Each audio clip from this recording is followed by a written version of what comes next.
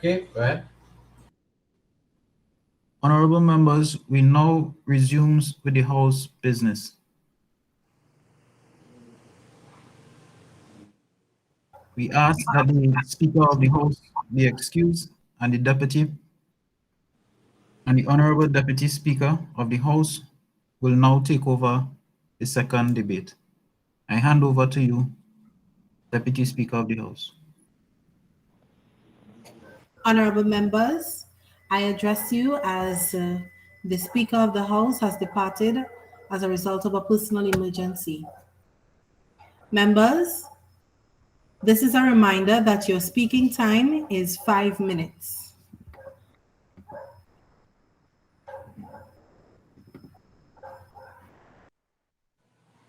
Team Nissan, you can proceed with your presentation.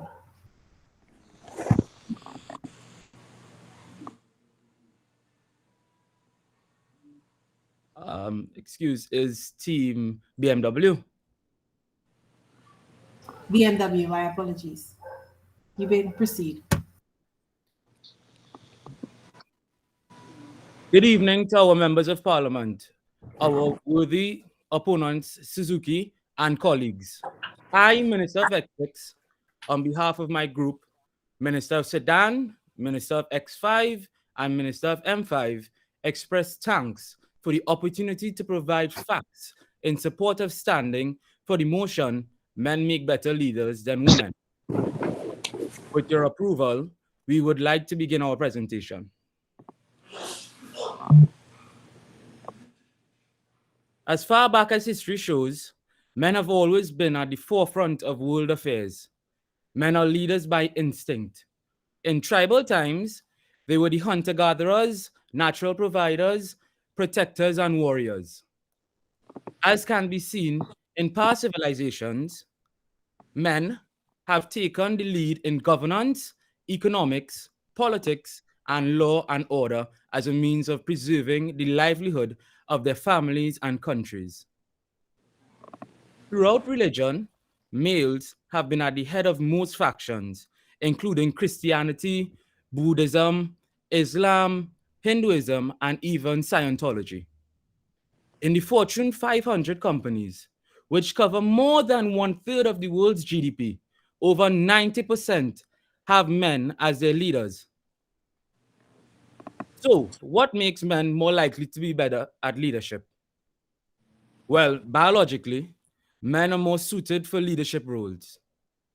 Men tend to be more assertive and dominant. Men are more likely to participate and voice their opinions during group discussions and be perceived by others as leader-like. Men are able to lead without making decisions based on bias, emotion, or compromise. Member for BMW, I would like to inform member for Jimmy. Can you please turn your mic off? My apologies. Member for BMW can proceed. Okay. Okay, I'll start over the sentence, right? Men are more likely to participate and voice their opinion during group discussions and be perceived by others as leader-like. Men are able to lead without making decisions based on bias, emotion, or compromise, whereas women tend to take things more personally and tend to compete with each other for rank and recognition. They are easily distracted with female-related issues, for example, self-image, aesthetics, self-consciousness, and competition among themselves. In recent times, women have been more inclined to prove that they can be better men than actual men, with women campaigning for equality in position and compensation. It brings into question whether women are capable of leading just as well as men. In a study conducted by the United Nations, posted by the Associated Press, March 2019, women in leadership roles are seriously outnumbered by men, making up less than 7% of the world's leaders. We must highlight that politicians are mostly elected representatives, proving that society chooses men to be their political leaders. For example, We all can recall our local government elections where we appointed our first female prime minister, where she served just one term. Every male elected prime minister has had at least 2 terms in office or been ousted by another male. In today's world, the modern man must undertake the responsibility of earning an income, managing family security, household maintenance, and directive. There is now a blurring of the lines between gender roles, and with the ever-pressing movement towards same-sex inclusion, there's a diminished gender role differentiation. My apologies. Men are now losing their place as the head of the family, creating a void in leadership in society. They have now started to adopt feminine traits, softer leadership styles, more emotional stances without the authoritative figurehead necessary to maintain discipline and behavioral structures. Without the male as the head of the household, the diversion takes place for the male to lead, which is not a natural and role and function. Without that figurative compass of male leadership within the household, the gender roles are reversed and diminished. Women are forced to take up positions to which they are not naturally akin. This movement away from the natural roles genetically built into each gender has skewed the family dynamic and contributed to a system of lawlessness. Children from households without a strong father figure. Member for BNW, your time is depleted. Okay. Thank you very much for your contribution. I now invite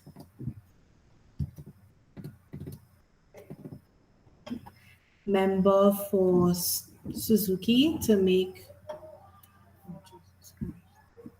Sorry, we'll now break for intermission, 1 minute and 30 seconds.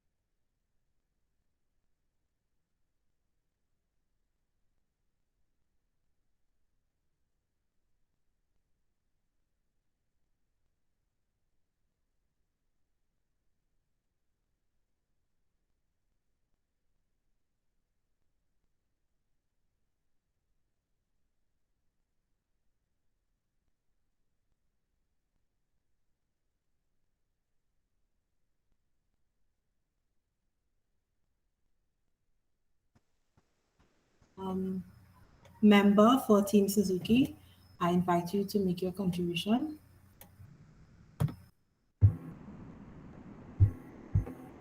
Good afternoon, Madam Speaker and honorable members. Do men really make better leaders than women? Or is this what society has conditioned us to believe over the years? Honorable speakers and members of the House, we, the members of Suzuki, believe that once given the same opportunities as men, women are not only proven to make exceptional leaders, but their innate ability to lead and inspire others to work towards a common goal is in fact no less than their male counterparts. As stated by Juman 2020, you educate a man, you educate a man.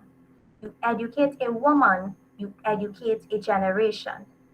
Madam Speaker, History has simply portrayed men to be better because they were given the opportunity to run the race, while women were systematically suppressed into becoming mere spectators. Considering this, is it fair to say one is better than the other? The members of Suzuki is here today to point out the flaws in BMW's argument. According to data and study conducted by Florida State University in 2014, women were proven to be adept at strengthening team morale and advocating for change, while men were efficient at decision making and problem solving, all of which are essential and irreplaceable characteristics of a leader. Moreover, my team conducted research on similarities between the two entities, and we have found women to be just as capable and deserving of leadership roles. Take, for example, Maria Theresa, who was the Archduchess of Austria that eventually inherited rule from her father in 1740 and became the Queen of Hungary and Bohemia. During this time, Hungary and Bohemia were in a national economic crisis. Still, she managed to turn the economy around, restore military presence, and make education mandatory for both boys and girls while having 16 children to care for during two wars. In contrast to her male counterpart at this time, who were blinded and effectively crippled by dire situation between them, she was actually the only woman to ever hold that position, and no other ruler had such an impact. Taking this into account, can we still accept the argument made by BMW to accurate or correct? Or is their argument for men making better leaders than women still driven by years of brainwashing and unfair competitive advantages men have enjoyed? Thank you. Madam Speaker, this is a member of Parliament, Vitara. May I ask permission to speak? Permission to speak is granted. Good evening, Madam Speaker, and good evening, honorable members. Madam Speaker, growing up as a child, we were taught that boys must be tougher than girls. Men go out and work, and women take up the role as housewives and caregivers. Could it be that society plays an important and major role with this assumption? In some cultures, children are taught that men are superior to women. A December 2004 article in the National Library of Medicine says, Confucianism in China instills a concept of male superiority over women. Although the laws in New China recognize women's rights, society continues to promote male supremacy. Therefore, if this is a value that has been instilled in the minds of children from small, automatically they will grow up believing this is the norm, not so? According to Joanne Quiller, an author and educator, leadership is not a personal position. It is a complex moral relationship between people based on trust, obligation, commitment, emotion, and a shared vision of the good. When we reviewed the Council of Women World Leaders, we saw a network of 85 esteemed and accomplished current and former women presidents and prime ministers who have led and or currently leading their countries. Madam Speaker, women leadership has also been noted in the Forbes 18th annual list of power women for 2021. This list included 40 CEOs. Yes. I was Just trying. go. Sorry, there was a lag in the call. I was trying to inform you that you had a minute left. You have 30 seconds. Thank you. Madam Speaker, women leadership has also been noted in the Forbes 18 annual list of power women for 2021. This list included 40 CEOs, 19 world leaders, and an immunologist.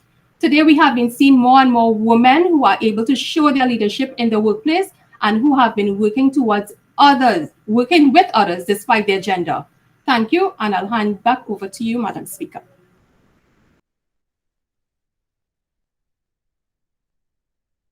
Thank you, member for Suzuki. We will now break for a minute and 30 seconds.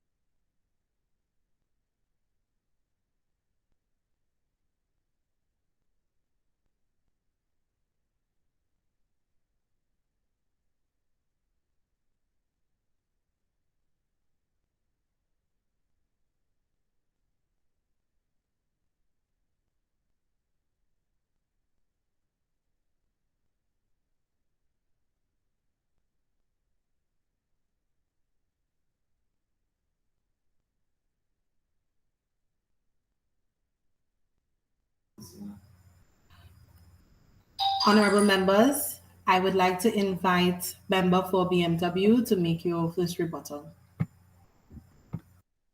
You have Good four. night. Good night, Deputy Speaker, members of Parliament, colleagues. Most women tend to be competitive and with other women and have the tendency to smear and sabotage other female leaders. This is called the Queen Bee Syndrome. Queen Bee Syndrome is when women in authority or power who treat subordinates, females, worse than males, purely because of their gender. A study also theorized that this syndrome is why women typically find it more stressful to work for female bosses than male bosses.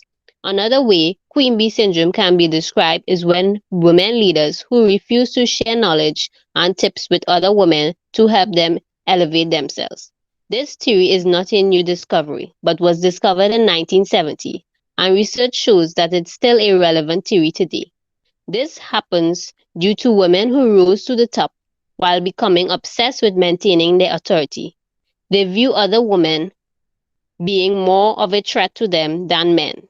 They usually spread slander and discouragement. In a survey conducted, 33% of 100 UK executives have experienced this, whether they were on the same level as them or below them, by undermining them, being unhelpful, and holding them back. Now, Deputy Speaker, if I may, I would like to call my colleague, Minister of X5, to speak further on the subject. Madam Speaker, would you permit me to speak on this debate?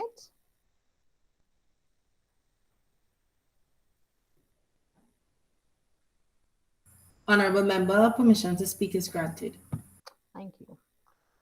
Good afternoon, Madam Speaker, members of Parliament, and colleagues.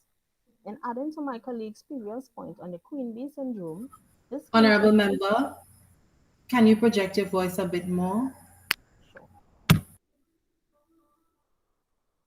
Members of the House, are you all hearing me?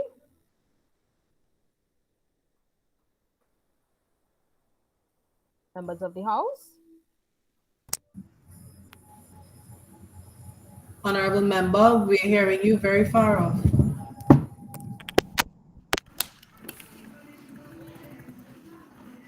Members of the House, are you all hearing me better? Better. You may proceed. Okay, let me continue. In adding to my colleague's previous point on the Queen Bee syndrome, this comes in no way of discrediting our feminine gender. While our members have increased over the years at becoming an undeniable force to be reckoned with, the facts remain that men have continued to carry the baton as better leaders than women. This submissive nature of women towards leadership reflects some levels of incompetence that influence the ability to lead. Attitude affects an individual's perception towards guiding others and offering solutions to complex challenges. According to the gender role theory, women learn feminine duties at a young age, which influences their mental attitude and future careers. In a study conducted by Applebaum, Orde, and Miller, 2013, states, attitude provokes the view of preserving certain individuals as better leaders than others in the society. Women's negative view of leadership contributes to the inefficiencies and incompetent results in some positions. In addition, Honorable member, you have 1 minute left. In addition, attitude is closely linked to motivation and, therefore, low morale exhibited by women leaders creates a dull atmosphere and shapes a stagnant pace of working by juniors in an institution. Thank you.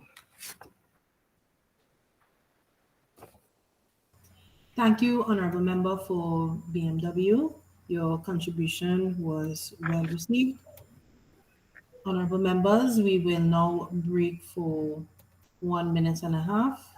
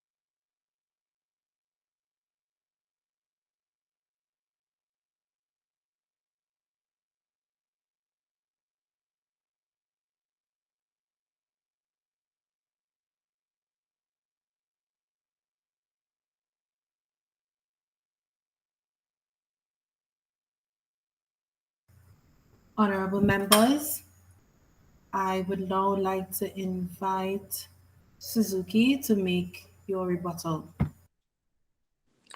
Thank you, Madam Speaker. Good afternoon, Madam Speaker and the members of Parliament. My team, Suzuki, and I understand that men can be leaders. However, women can also be excellent leaders. Why should we stigmatize men when both would be exceptional leaders? Do you know what a leader is? It is an individual who motivates people towards a better vision in society, ensuring that all objectives are understood. A person who leads or commands a group, organization, or a country. Madam Speaker, they provide togetherness, self awareness, and prioritize self development. Motivating people isn't enough. Leaders need to be empathetic and connect with people in order to succeed. As Jack Welch once said, before you are a leader, success is all about growing yourself. When you become a leader, success is all about growing others. According to Pew Research Center Social and Demographic Trend Survey, they believe women have a right to be leaders because when it comes to honesty, intelligence, and determination, they are more capable in comparison to men who tend to be more career centric and focus on maximizing their financial stabilities, whereas women view work more holistically and as an element of their overall life plan. They are more likely to pursue careers in a self reflective way and value factors such as connection with co workers and work life integration. According to a Harvard review, these are some points that enhance the effectiveness of a female leader. Female leaders are seen to be more compassionate. Female Females outperform men in educational settings while men score higher on a dark side personality trait such as aggression, narcissism, which occur for toxic and destructive behavior. Female leaders tend to be better communicators. As one said, communication is a woman's strongest skill and they know how to use it while conversing with employers, co-workers, and partners. Females make their job look effortless because they are experts at making impossible things seem impossible. They are resilient and usually able to maneuver tricky situations with grace. Now, Madam Speaker, I would hand you over to my Minister Desires to further give information.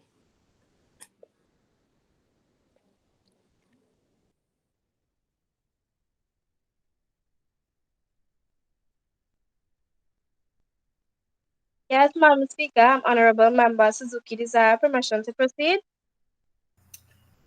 You may proceed. Good afternoon, all, Madam Speaker. I strongly disbelieve in the statement men are better leaders than women. It's 2022. We are no longer in the decades where women were seen non-equivalent to men. Women have significantly evolved, and it's about time the world grew out of that traditional gender stereotype. True leadership is about one's ability to influence others to achieve a common goal. According to analysis conducted by Harvard Business Review, the gap between men and women in this pandemic is even larger than previously measured, possibly indicating that women tend to perform better in a crisis. In fact, women were rated more positively on 13 of the 19 competencies that comprises overall leadership and effectiveness. It was shown that female leaders use more transformational leadership, inspiring, caring, and encouraging. They also engage in a more contingent reward in a consistent manner. Female leaders are more likely to follow up and attend personal Member needs. for Suzuki, your speaking time is up. Okay, thank you. Member, honorable members, we will now have our intermission for 1 minute and 30 seconds.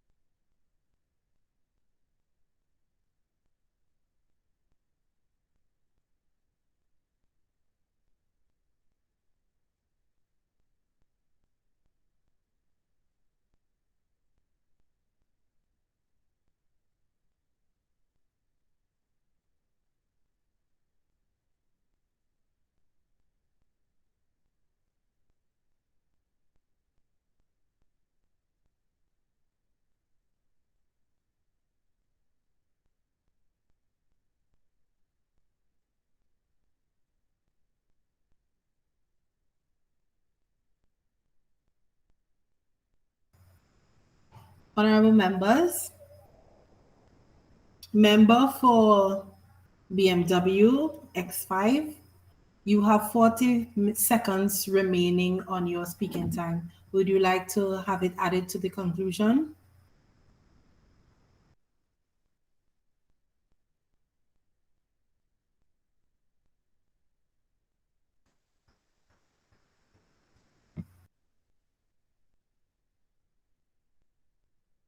Honorable member for BMW X5.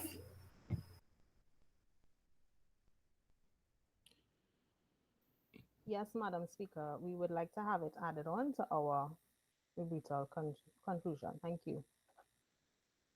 Okay. Honorable members, this is a reminder that your conclusion cannot include new information brought to your stance.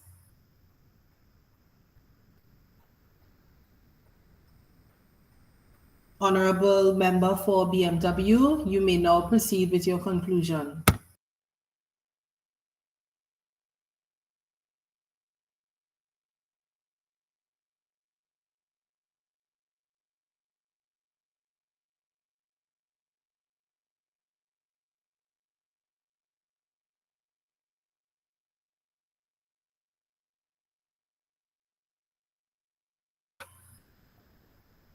Honorable members, are you able to hear me? Yes.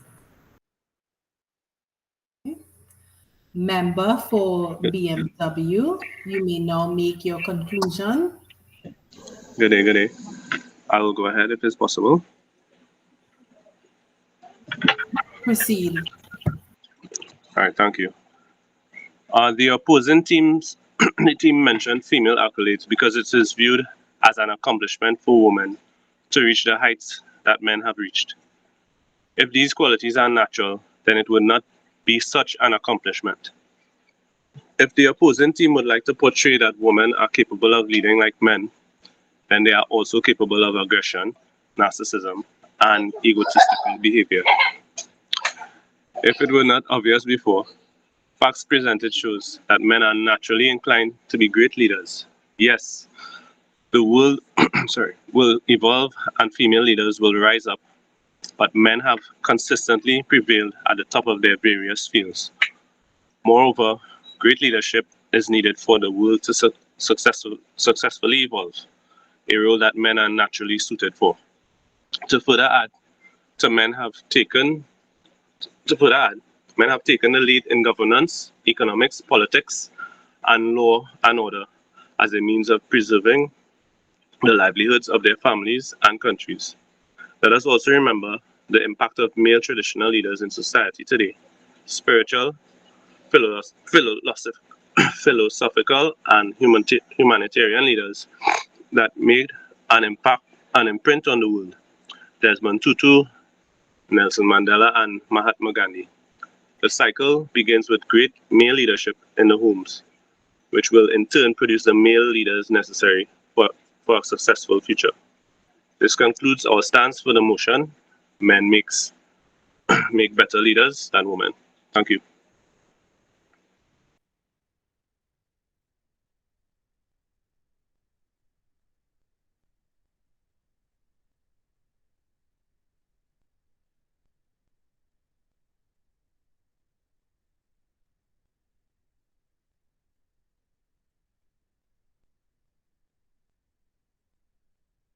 Honorable members, we will break for 1 minute and 30 seconds. Before we proceed to intermission, I would like to remind you to address the speaker as Madam Speaker, and you cannot include new information to support your stance.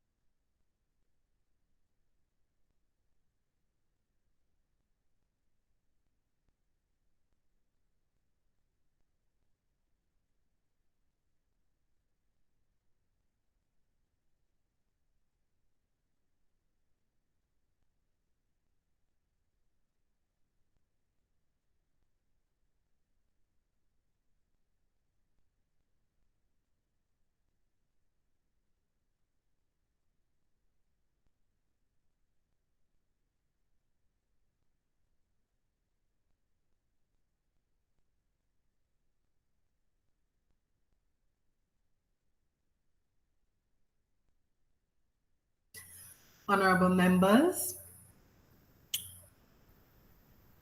I now invite Member for Suzuki to make your conclusion. Thank you, Madam Speaker. This is Honorable Member Vitara. May I ask permission to speak? Honorable Member, you may proceed. Thank you. Madam Speaker, in conclusion, may the honorable members of Suzuki remind the House that we are not here to argue that men do not make good leaders. In fact, that would be an unfair statement. Instead, we have spent the last few minutes sharing with the House the stream of consequences that have been brought us to this point in history and to this point in this very debate. That removing the competition from the race does not mean those remaining competitors are better. It only proves that the ones removed or not allowed to compete was a real threat. To begin with, if history has taught us anything, is that when given an equal chance, the illusion of male superiority always level out itself. Madam Speaker, the honorable members of Suzuki strongly believe that women also make great leaders.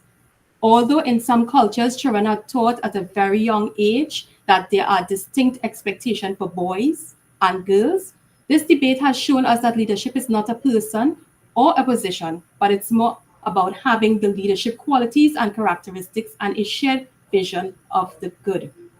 Women in leadership also possess these attributes and have been leading organizations and countries and working together with others despite their gender. Leaders can either be male or female. Stigmatizing one specific gender is a bit degrading because it brings discomfort and toxic behavior upon any situation when in reality, both are capable of becoming excellent leaders.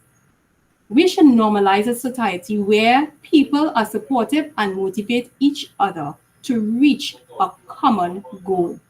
On behalf of the honorable members of Suzuki, we thank you, Madam Speaker, and the honorable members of this House for your attention.